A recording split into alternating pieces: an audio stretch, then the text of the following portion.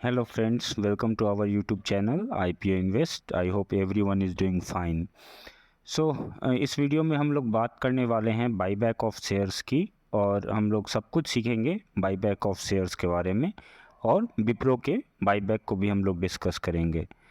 तो यदि आपने अभी तक चैनल सब्सक्राइब नहीं किया है तो पहले जल्दी से चैनल को सब्सक्राइब कर लीजिए, और टेलीग्राम का लिंक डिस्क्रिप्शन बॉक्स में है, आप टेलीग्राम पर हमें ज्वाइन कर सकते हैं। और ये लॉन्ग लर्निंग वीडियो होने वाली है, तो यदि आप बिजी हैं तो वीडियो को सेव कर लीजिए, और जब आप फ्री हो तब आप इसको देखिएगा। तो चलिए शुरू करते हैं और समझते हैं बाईबैक होता क्या है। तो जिस तरह से जब कंपनी बाज़ार में आईपीओ लेकर आती है, तब कंपनी एक प्राइस पर अपने शेयर आपको दे रही होती है, और इसके जस्ट अपोजिट कंपनी अपने शेयर को जब वापस खरीदती है तो उसे बाईबैक कहते हैं। सो कंपनी जब आईपीओ में कंपनी जनरली अपने शेयर्स को बेचती है और बाईबैक में शेयर को वापस परचेज करती है। अभी समझते हैं कि कंपनी ऐसा क्यों करती है। तो इसके मल्टीपल रीजन्स हो सकते हैं। जो पहला रीज़न है कि कंपनी के पास एक सिग्निफिकेंट अमाउंट का कैश है, और उसी के पास अभी कोई इन्वेस्टमेंट अपॉर्चुनिटी या प्रोजेक्ट्स नहीं है, तो कंपनी उसको इफ़ेक्टिवली यूटिलाइज करती है बाईबैक के लिए। या दूसरा रीज़न ये हो सकता है कि कंपनी अपने शेयर होल्डर्स को अवॉइड करना देना चाहती है, और इसके लिए उसके पास जो सरप्लस कैपिटल है, कैश है, उसको डिस्ट्रीब्यूट करती है बाई रीपरचेजिंग, बाईबैक करके। या उस तीसरा ऑप्शन ये हो सकता है कि प्रमोटर्स अपनी होल्डिंग इंक्रीज कर रहे हों शेयर्स को बाईबैक करके, ताकि वो कंपनी पे अपना कंट्रोल और डिसीजन मेकिंग कर सकें। चौथा रीज़न ये हो सकता है कि जब एक बाईबैक का वेल एग्जीक्यूटेड प्रोग्राम होता है, तो कंपनी के शेयर प्राइस पे एक पॉजिटिव इम्पैक्ट देता है, और जैसे ही कंपनी के नंबर ऑफ शेयर्स और outstanding number of shares decrease होते हैं, तो कंपनी का ईपीएस, अर्निंग पर शेयर, और दूसरे फाइनेंशियल रेशियो इम्प्रूव हो जाते हैं, जिससे कि और दूसरे इन्वेस्टर्स को कंपनी अपनी ओर अट्रैक्ट करती है, जिससे कि स्टॉक के प्राइस ऊपर होते हैं।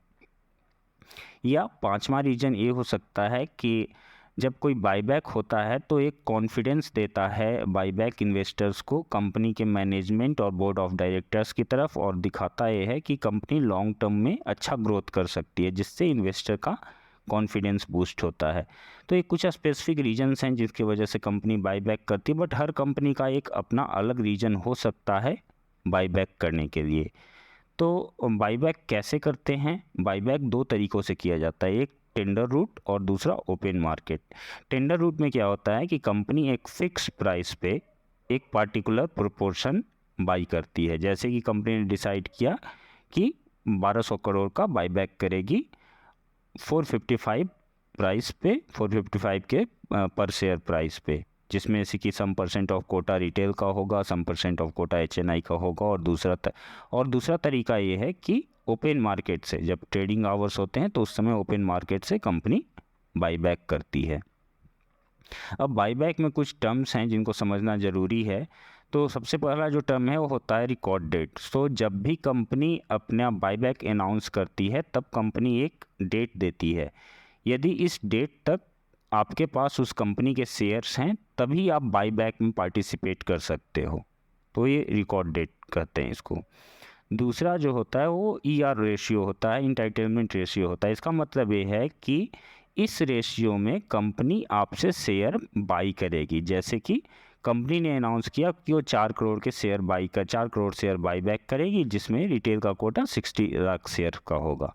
अब रिटेल के पास टोटल जो शेयर्स हैं अवेलेबल, वो 100 लाख के शेयर्स हैं, तो इसमें ईआर रेशियो 60% का होगा।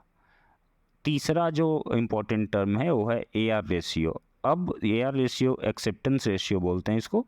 तो आप इसमें समझिए कि यदि मानिए कि रिटेल का कोटा 60 लाख शेयर्स का है, तो 60 लाख में ज़रूरी नहीं कि कंपनी सारे के सारे बाई कर लेगी। उसमें एक एक्सेप्टेंस रेट होता है कि अच्छा, उसमें 60 लाख में से 40 लाख शेयर कंपनी ने बाई किया, तो तो इसमें जो रेशियो निकल के आता है उसको एक्सेप्टेंस रेशियो बोलते हैं। अब बाईबैक में अप्लाई करने का क्या प्रोसेस है, तो मैं जीरोधा में बता सकता हूँ, बता देता हूँ अभी।